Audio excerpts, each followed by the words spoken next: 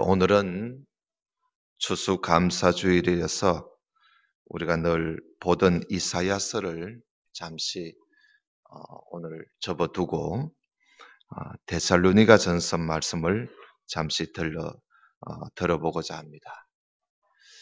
이 사도 바울이 2차 전도 여행을 하는 중에 어, 이 데살로니가 교회를 그가 세우게 되었던 것이지요. 사실은 사도 바울이 소아시아, 그러니까 이 우리가 살고 있는 이 아시아가 말고요, 터키 중심으로 있는 그 지역에서 하나님 말씀을 전하고 교회를 세우고자 출발했습니다마는 하나님께서 이 사도 바울을 유럽으로, 지금의 유럽이지요, 유럽으로 바울을 이끌게 되었습니다. 그래서 바울이 유럽 쪽으로 가서 이 빌립보 그리고 데살로니가 이런 지역을 쭉 다니고 나중에 고린도 지역까지 다녀오게 됩니다.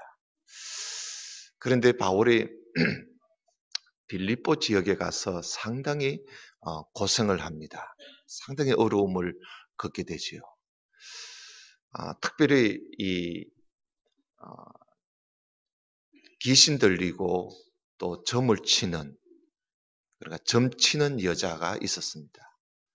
점 치는 여자를 사도 바울이 그를 전도해서 예수를 믿게 했어요.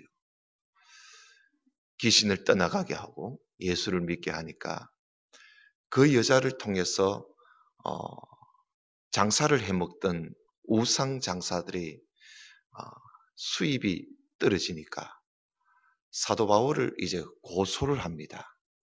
그래서 정부 당국에다가 고소를 하는 바람에 이 사도 바울이 상당히 그들에게 큰 잘못도 없으면서도 두들겨 맞아요. 두들겨 맞고 또 빌립보 감옥에 갇힙니다.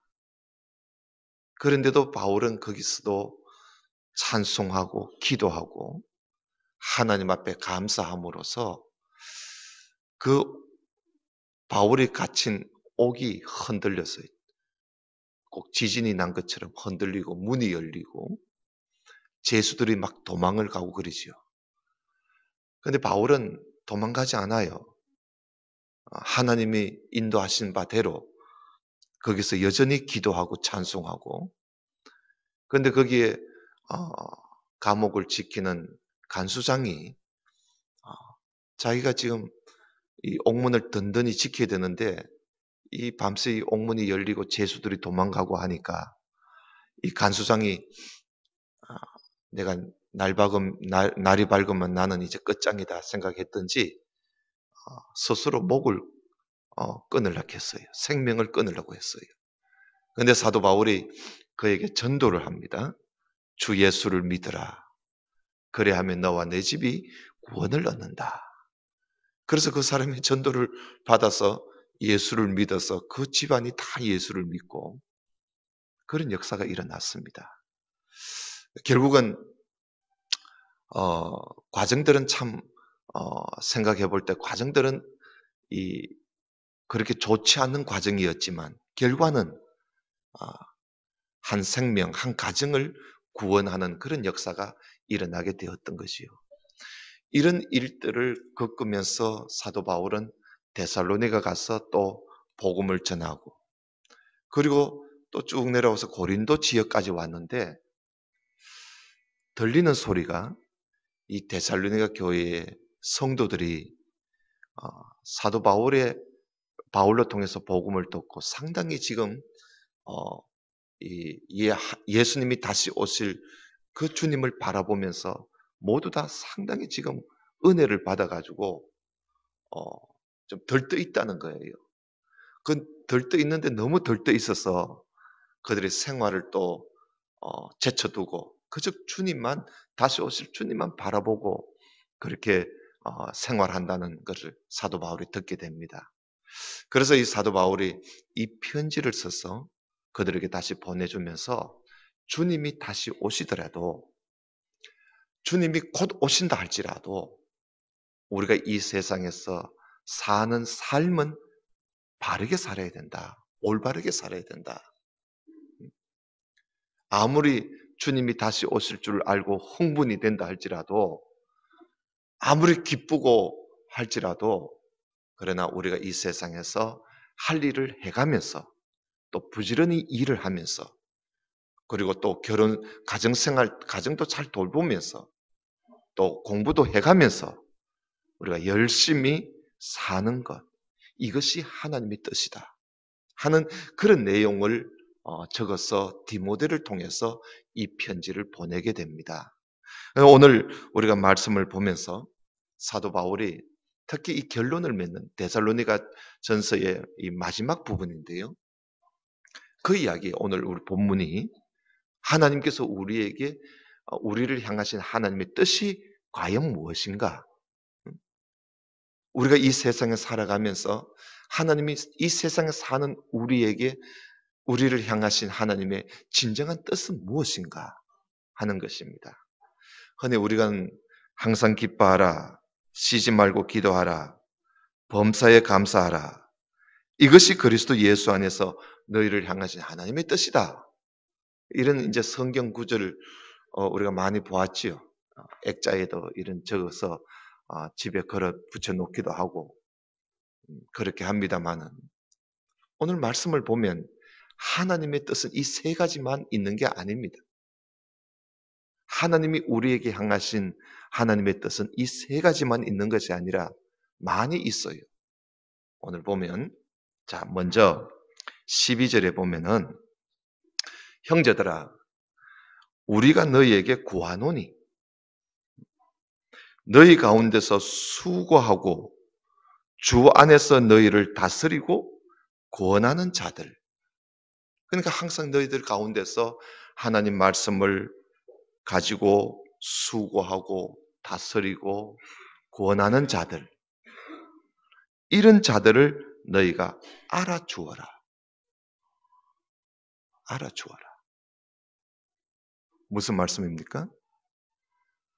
우리에게 우리와 함께 하면서 하나님 말씀을 가르쳐 주고 들려주고 또 우리를 권면해 주고 우리를 지도해 주는 교회의 지도자들을 알아주라는 겁니다. 조금 더 보십시다. 13절에 보면 그들의 역사로 말미암아 사랑 안에서 가장 기이 여기고 그리고 화목해라. 그런 자들을, 그런 자들의 수고, 우리를 하나님의 말씀을 들려주어서 우리가 하나님 앞에 가까이 나아가도록 우리의 신앙을 돌보아주고 지켜주고 권면해주고 가르쳐주고 또 말씀을 전하여 주면서 우리를 위해서 수고하는 자들, 나를 위해서 수고하는 자들, 그런 자들을 알아주고 귀하게, 가장 귀하게 여기고 그리고 화목해라. 이것이 하나님께서 우리에게 향하신 하나님의 첫 번째 뜻입니다. 여러분, 우리가 신앙생활 하면서 우리의 영적, 내 영혼을 살찌게 하는, 내 영혼을 건강케 하는, 나의 신앙생활을 지도해주는 하나님의 종들을 위해서 우리는 알아주고 가장 귀하게 여기고 존경하라는 것이요. 그리고 화목해라. 가까이 하라는 겁니다. 우리가 이게 중요한 것이죠. 우리가 이걸 놓치면 안 돼요. 왜냐하면 우리가 그렇게 할 때 우리 신앙이 제대로 자라는 겁니다. 우리가 그 지도를 받지 아니하고 우리가 그 수고를 멀리하고 우리가 그들의 그 다스림을 우리가 받아들이지 않으면 우리의 신앙은 자라날 수가 없습니다. 성장할 수가 없습니다. 우리는 다 육신의 성장을 위해서는 밥을 먹고 살지만 우리의 이 영혼, 우리의 이 신앙, 우리의 이 믿음은 하나님 말씀을 먹고 자라는 겁니다. 그렇기 때문에 우리는 이 일을 위해서 수고하는 자들을 우리는 알아주고 가장 귀하게 여기고 그리고 화목해야 합니다. 너를 우리를 지도해 주는 주님의 종들을 위해서 여러분 많이 기도하고 존경해 주고 그리고 화목하고 여러분 주의 종들과 이 화목치 못하면 가장 피해가 여러분 자신입니다. 여러분 자신의 신앙입니다. 그걸 겪어볼 필요는 없습니다만은 겪어본 사람들의 이야기를 들어보면 가장 손해가 본인에게 찾아옵니다. 신앙이 자라나지 않습니다. 오히려 신앙이 내리막길로 한없이 내려가게 됩니다. 그래서 우리 신앙생활을 바르게 하려면 이들을 존경하고 귀하게 여기고 알아주고 화목해야 한다. 그 다음에 두 번째입니다. 14절에 보면 또 형제들아 너희를 권면하노니 게으른 자들을 권계하며 마음이 약한 자들을 격려하고 힘이 없는 자들을 붙들어주며 모든 사람에게 오래 참으라. 이게 하나님께서 우리에게 향하신 하나님의 뜻입니다. 모든 사람에게 오래 참아야 된다. 여기 게으른 자들은요, 이 게으른 자는 뭐 일도 안 하고 맨날 노는 사람을 두고 하는 말이 아니고요. 이 게으른 자는 도무지 감당하기 어려운 사람을 두고 하는 말입니다. 질서도 없고 규모도 없는 이런 사람들을 권계하고 권해주고 또 때로는 책망도 하고 마음이 약한 자들을 격려해주고 힘이 없는 자들 붙들어주면서 그렇게 하려면 속이요 이 인내함이 없이는 그 일을 못합니다. 그래서 모든 사람에게 오래 참아라. 오래 참아라. 속천불이 나더라도 참아야 돼. 정말 막 속이 부글부글 끓더라도 우리는 오래 참아요. 하나님께서는 우리에게 모든 사람에게 오래 참는 거예요. 하나님께서 우리에게 향하신 하나님의 뜻입니다. 우리가 이걸 하지 못해서 실수를 하게 되고 이것이 부족해서 우리가 다른 사람에게 상처를 많이 줄 수가 있습니다. 그래서 여러분 힘이 약하고 마음이 약하고 또 좀 우리 눈에 조금 부족함이 보인다 할지라도 그리고 우리 눈에 좀 이해가 안 되는 부분이 있다 할지라도 붙잡아주고 격려해주고 칭찬해주고 그 인내하면 오래 참지 않으면 할 수가 없는 일입니다. 그렇게 오래 참아라. 그 다음에 세 번째입니다. 15절에 보면 삼가 누가 누구에게든지 악으로 악을 갚지 말게 하고 서로 대하든지 모든 사람을 대하든지 항상 선을 따르라. 항상 선을 따르라. 여기 보면 누가 누구에게든지 악으로 악을 갚지 마라. 서로를 대하든지 모든 사람을 대하든지 누가 누구에게 대하든지 간에 악으로 악을 갚는 일은 하지 말자. 선을 따르라. 항상 선을 따르라. 언제든지 선을 쫓아 살고 선을 따르라는 거예요. 이게 하나님께서 우리를 향하신 하나님의 뜻입니다. 저 사람이 나에게 악하게 대했다고 나도 악하게 대하지 말고 누구든지 누가 누구에게든지 서로 간에 대하든지 모든 사람에게 대하든지 우리는 그저 서운으로 대하자. 서운으로 대하자.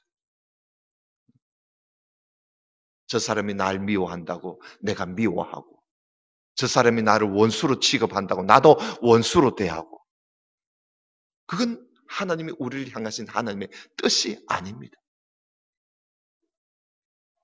그래서 우리가 누구에 대하든지 항상 서운으로 대하고 좀 손해를 입는다 할지라도 여러분 선을 따를 때는 손해를 감수해야 합니다.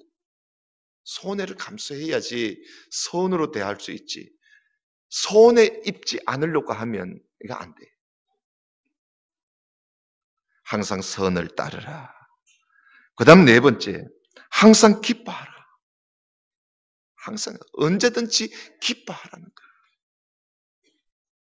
여러분 사도 바울이 빌립보 감옥에 갇혀져 있을 때 그 빌립보 교회 성도들한테 그가 나중에 편지를 써 보낼 때예요. 자기가 빌립보 감옥에 있었을 때 자기의 그 일을 간증을 하면서 빌립보 교회 성도들한테 권면한 이야기가 있습니다.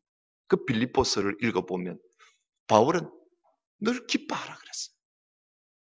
자기도 감옥에 있으면서 자기 아무 죄도 없이 그래서 귀신 들리고 점치는 여자 하나 고쳐준 것밖에 없는데 그것 때문에 감옥에 들어와 가지고 이유 없이 두들겨 맞고 감옥 생활하면서도 바울은요 거기서도 하나님 원망하지 않고 기도하고 찬송했다는 것은 그 놀라운 일이거든요. 어려운 중에 억울한 중에 있으면서도 기뻐한다는 것. 하나님께서 우리에게 바라시는 하나님의 뜻입니다. 기뻐할 일만 있으면 기뻐하는 거 아니라 기뻐할 수 없는 일인데도 우리는 기뻐할 수 있는 것. 이것이 바로 하나님께서 왜 우리가 그렇게 기뻐해야 되느냐? 여러분 사실은요. 어떤 과정이 잘 안 돼도요. 하나님을 사랑하는 사람은요. 하나님의 뜻대로 부르심을 입은 하나님의 백성들은 과정들이 기뻐할 수 없는 일들이 벌어진다 할지라도 결국은 그게 다 합력하여 선을 이룹니다. 선을 이루시기 때문에 우리는 과정들이 좀 어렵고 힘들더라도 결국은 선을 이룬다는 사실을 하나님은 그러한 모든 걸 합력하여 선을 이루어 가신다는 그 하나님을 우리는 믿고 있기 때문에 좀 힘들고 어려워도 우리는 늘 기뻐하며 사는, 늘 찬송하고 기뻐하는 그것이 하나님께서 우리에게 바라시는 하나님의 뜻입니다.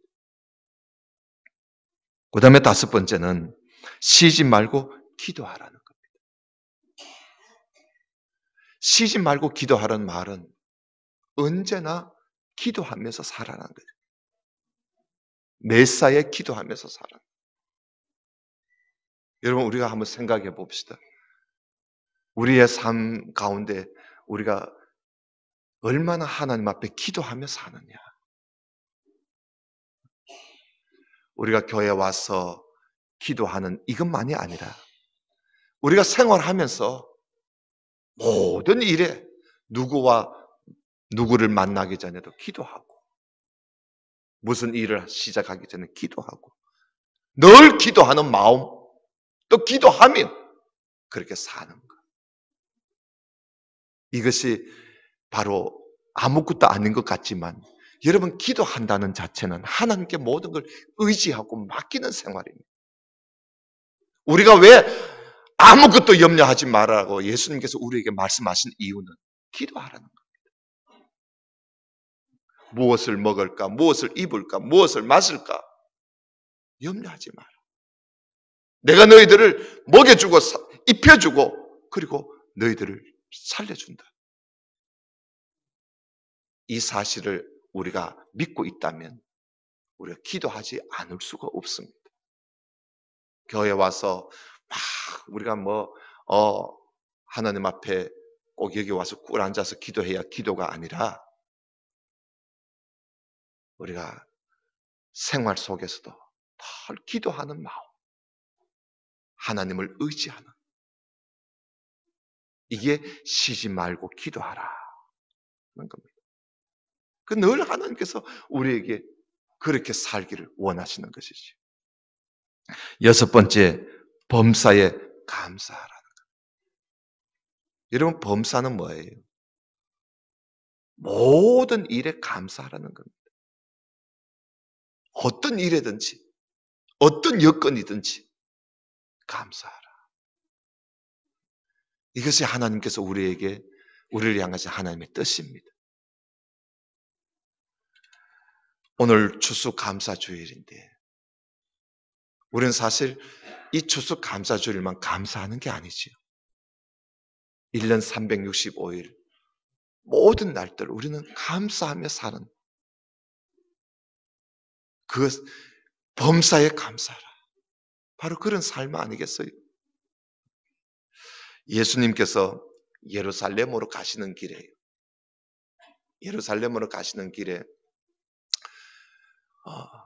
그 갈릴리쯤 가서서 나병 환자를 10명을 만나게 되었습니다. 그 10명의 나병 환자들이 누가복음 17장에 나옵니다마는 그 10명의 나병 환자가 예수님을 보더니 그 예수님이 많은 병자를 고치시고 하니까 그 당시에 나병 환자들은 군중들 속에 어울리지를 못합니다. 자기 몸에 나병이 걸렸다, 문둥이병이 걸렸다 하면 무조건 그 마을을 떠나야 됩니다. 안 떠나면 돌에 맞아 죽습니다. 왜냐하면 부정한 자라 해서 돌을 던지거든요. 그렇기 때문에 이 자기 몸에 나병이 걸리면 그 마을을 떠나야 돼요. 그래서 그 마을에 떠나 주로 이 베다니 지역이 이 나병들이 모여서 살고 있는 마을이었습니다. 그런데 그 한 10명이 모여 있다가 예수님이 지나가시는 걸 보았던 것이죠. 그들이 예수님을 멀찌감히 서가지고 예수님을 부릅니다. 예수 선생이요, 예수 선생이요. 우리를 좀 돌아봐 달라고. 다시 말하면 자기들의 나병 걸린 것을 좀 보시고 고쳐달라는 겁니다. 그랬을 때 예수님께서 말씀하시기를, 너희들이 지금 제사장에 가서 너 몸을 보여라. 제사장, 그 당시에는 제사장이에요. 누가 부정한 사람이 있으면 와가지고 제사장이 진단해보고 이 사람은 부정하다, 이 사람은 부정하지 않다는 판결권을, 진단권을 제사장이 가지고 있습니다. 그래서 예수님께서 이 10명의 나병 환자들 보고 제사장에게 가가지고 너 몸을 보이라 그랬어. 너 몸이 벌써 나병이 나았다는 겁니다. 나았으니 몸을 보이라는 것입니다. 그런데 여전히 자기들의 몸에는 나병이 여전히 있습니다. 그런데도 예수님께서 말씀하시니까 이 10명이 예수님의 말씀을 듣고는 제사장을 찾아갑니다. 가다가 느낌이 왔습니다. 병이 낫는 느낌이 왔습니다. 그래서 가다가 병이 나는 느낌이 오자 모두 다가 그 긴 옷을 입었던 옷을 뒤집어 봅니다. 나병이 나았습니다. 놀라운 일이 벌어졌습니다. 그런데 그 나병이 난 사실을 발견하고는 그 중에 한 명이 가던 길을 멈추고 돌아서서 예수님을 찾아옵니다. 찾아왔어. 예수님을 만나서 자기의 나은 병을 보여주면서 예수님께 감사를 하며, 너 얼마나 감사할 일입니까?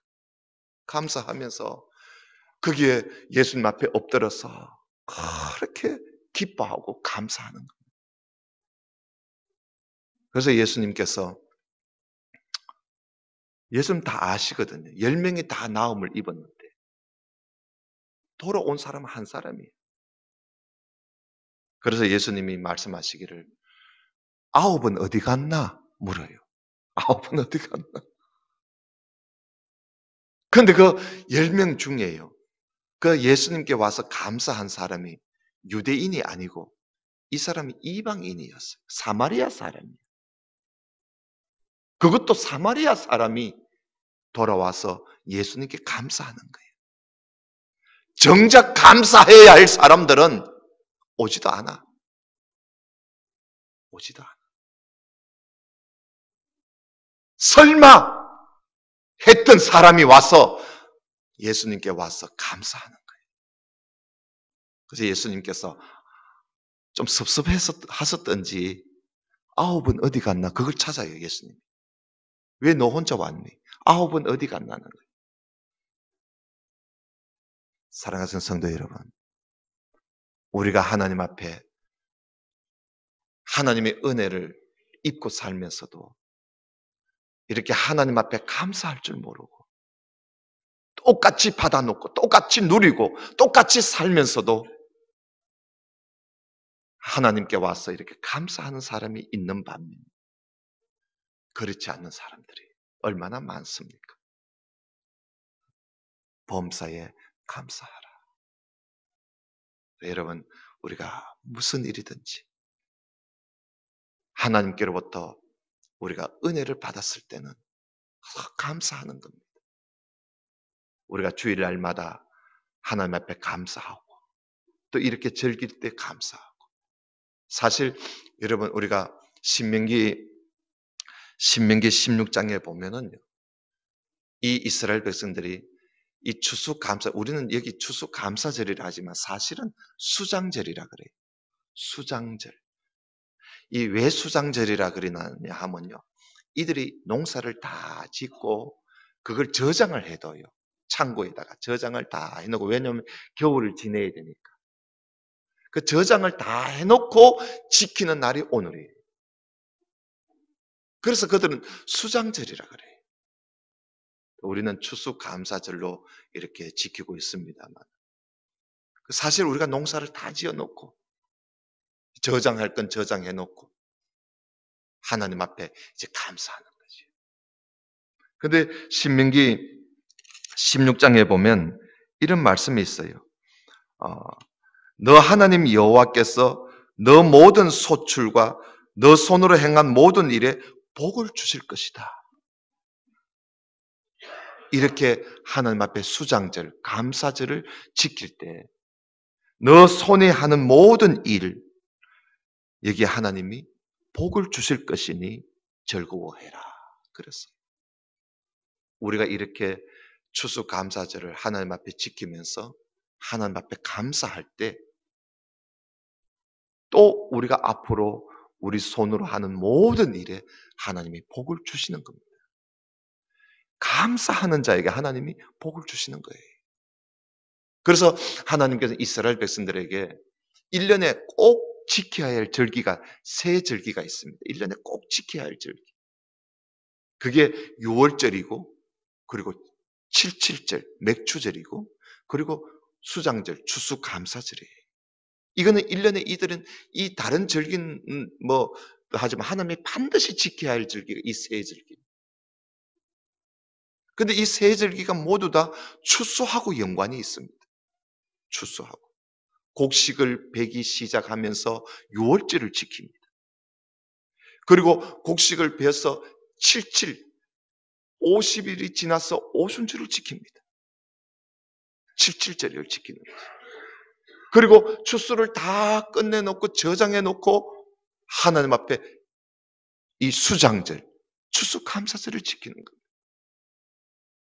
그럼 모두 다 추수와 연관이 있고 농사와 연관이 모두 다 손으로 일하는 일과 우리가 일하는 일과 연관이 있는 것입니다. 오늘날 우리들은 다 농사를 짓는 사람은 아니지만 그러나 우리는 다 힘을 써서 일을 합니다. 손으로 일하고 머리를 써서 일하고 또 힘으로 일하고 다 우리는 일을 하는 사람들입니다. 무슨 일이든지 우리는 우리 손으로 모든 걸 일을 하고 있습니다. 이 일에 하나님 앞에 우리가 언제나 복을 받으며 살기 위해서는 우리가 이런 절기를 통해서 하나님 앞에 감사하는 일, 이걸 우리는 소홀히 해서는 안 됩니다. 그래서 오늘 추수감사절을 맞이해서 하나님께서 우리에게 향하신 하나님의 뜻이 있는데 여러 뜻이 있지만 범사에 감사하라 하는 이 하나님의 뜻을 우리는 저버리지 말고 모든 일에 그저 감사할 때 하나님이 복을 주시는 겁니다. 감사할 때. 여러분 우리가 사람도 그러잖아요. 감사하는 사람들한테는요. 떡 한 조각이라도 더 주고 싶어요. 감사하는 사람에게. 근데 뭘 해줬는데도 감사도 없고 받았다고 뭐 말도 없고 이러면 다음에 주기 싫어요. 그러나 조그만 그렇다고 줬는데도 그저 그걸 고맙게 여기고 감사하게 여길 때는 다음에 더 주고 싶어요. 더 주고 싶어요. 우리 모두가 하나님께로부터 받은 은혜, 이걸 우리가 다 헤아리지 못해서 문제지. 하나님께로부터 받은 은혜가 얼마나 많습니까? 이 은혜를 우리는 늘 감사하며 사는 저와 여러분 될 수 있기를 주님 이름으로 축원합니다. 다 같이 기도드립시다. 아버지 하나님,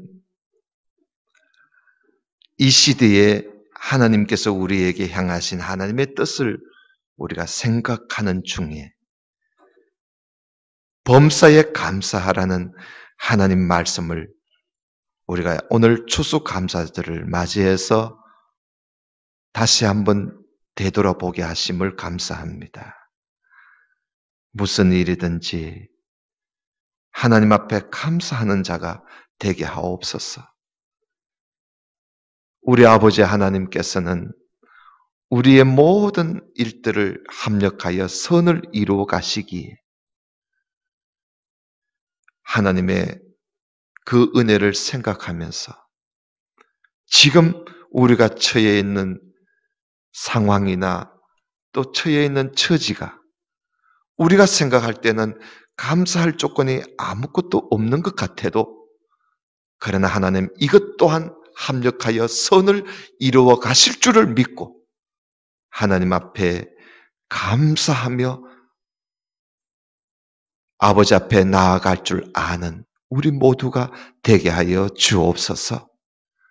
감사하는 자에게 하나님께서 복을 주신다고 하셨으니 늘 감사하며 사는 우리 성도들이 되어서 날마다 하나님으로부터 내리는 복을 누리며 사는 우리 성도들이 되게 하여 주옵소서.